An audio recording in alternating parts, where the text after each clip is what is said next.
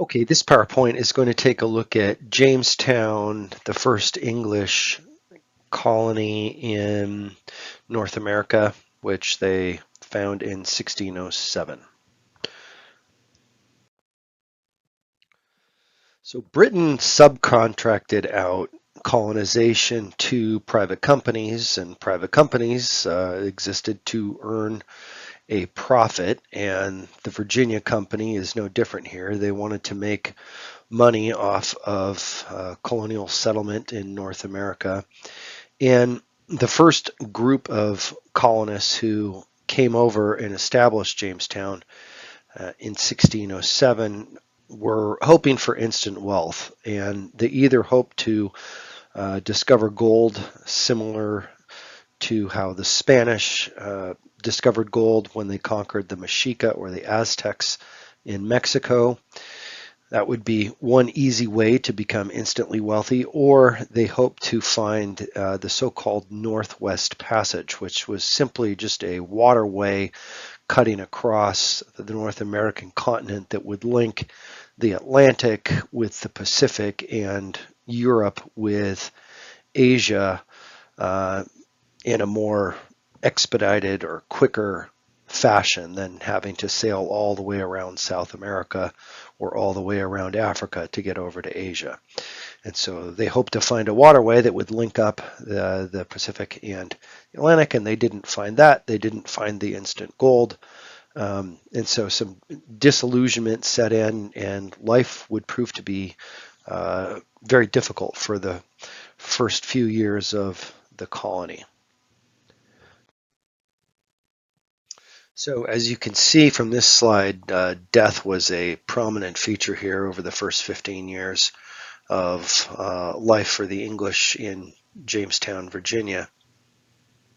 Only 2,000 of the 10,000 or so colonists who came between 1607 and 1622 were actually alive in 1622. Um, some of the causes of this were starvation.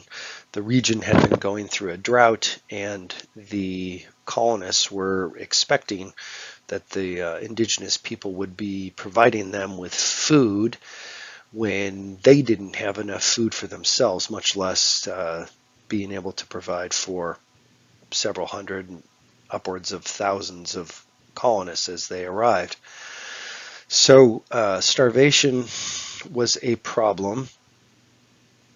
It famously got so bad that there's one colonist who killed his pregnant wife, took out the baby and tried to salt the baby away for future food, and was going to eat his wife as well. He ended up being put to death for murder.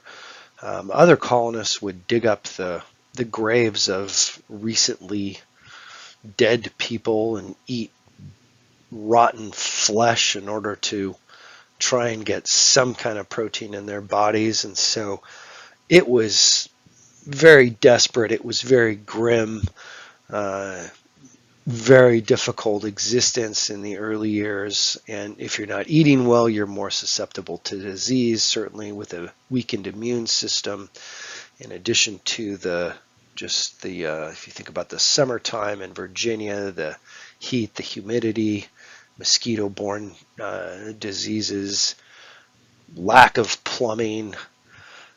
People were going to the bathroom in the James River, and then they were pulling fish right out of the where they're going to the bathroom. So disease, starvation certainly accounted for some of the deaths.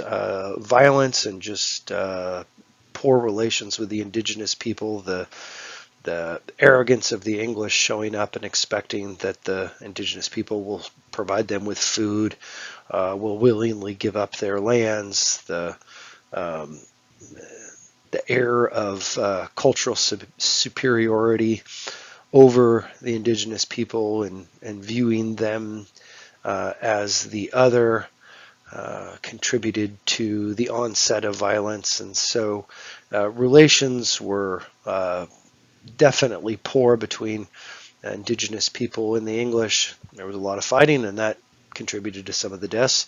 Certainly, um, it began the road of ethnic cleansing and genocide of the indigenous peoples in Virginia, and so they face a much higher uh, death rate than even the English if we were to uh, play this out over the first 100 years of contact.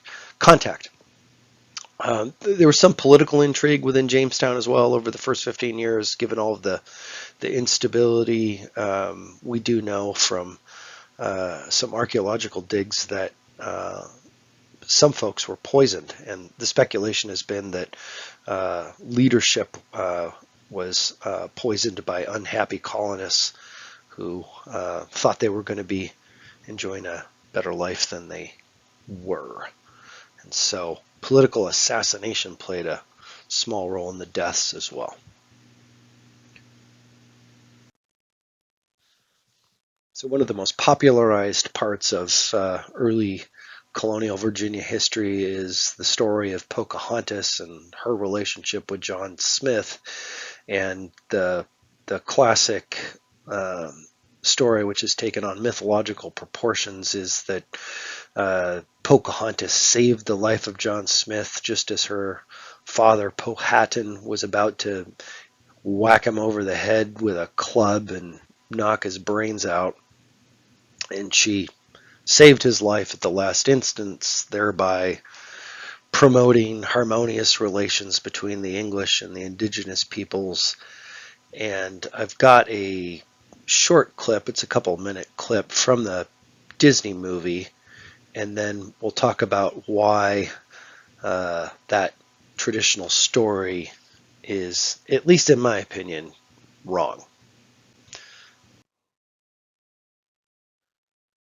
So this is an engraving of Pocahontas from 1616. This is what she actually looked like, and that's John Smith next to her, kind of the Pacific Northwest white hipster guy look with the beard and the twirly mustache. But that's what they look like rather than in the how they're depicted in the Disney film. So Pocahontas was one of the favorite daughters of Powhatan and was captured by the English in 1613.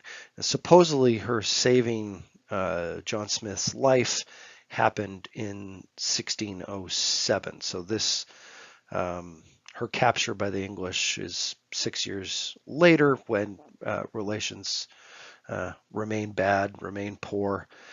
She ended up marrying a tobacco farmer by the name of John Rolfe, and traveled back to England with him in 1616, and died when she contracted pneumonia there in 1617.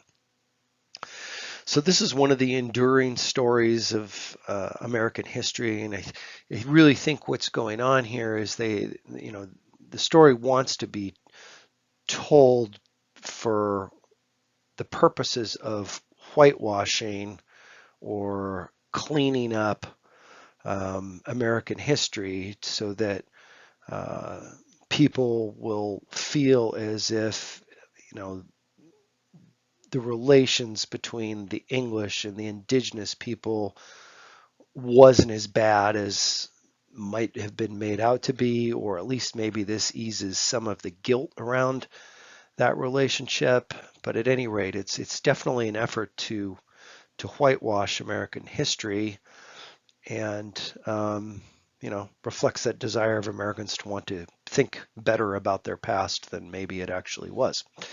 Um, so if this happened in 1607, and uh, Pocahontas traveled back to England in 1616, one of the questions is, why wasn't this story told when she was uh, back in London uh, 9 years after the fact? It seems like this would have been, a good conversation starter with folks, and quite a fantastic story to tell, that she had saved the life of John Smith, and um, it, seems odd that that wouldn't have been told then. It also seems odd that John Smith, who was quite a prolific writer, wrote several books, wrote many letters back to the monarchy um, in England, that he didn't write anything about this in 1607, didn't mention it in 1608,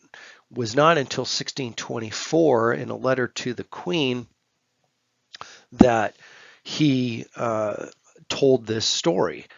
And some of the speculation there is that he told this story kind of in reaction to the aftermath of a revolt led by um, Powhatan had died, and his brother had taken over as the most important chief in Eastern Virginia, and he had led a revolt. It was a spiritual revolt. It was also just a political revolt, trying to oust the English from the area and also to reassert the culture of the indigenous people.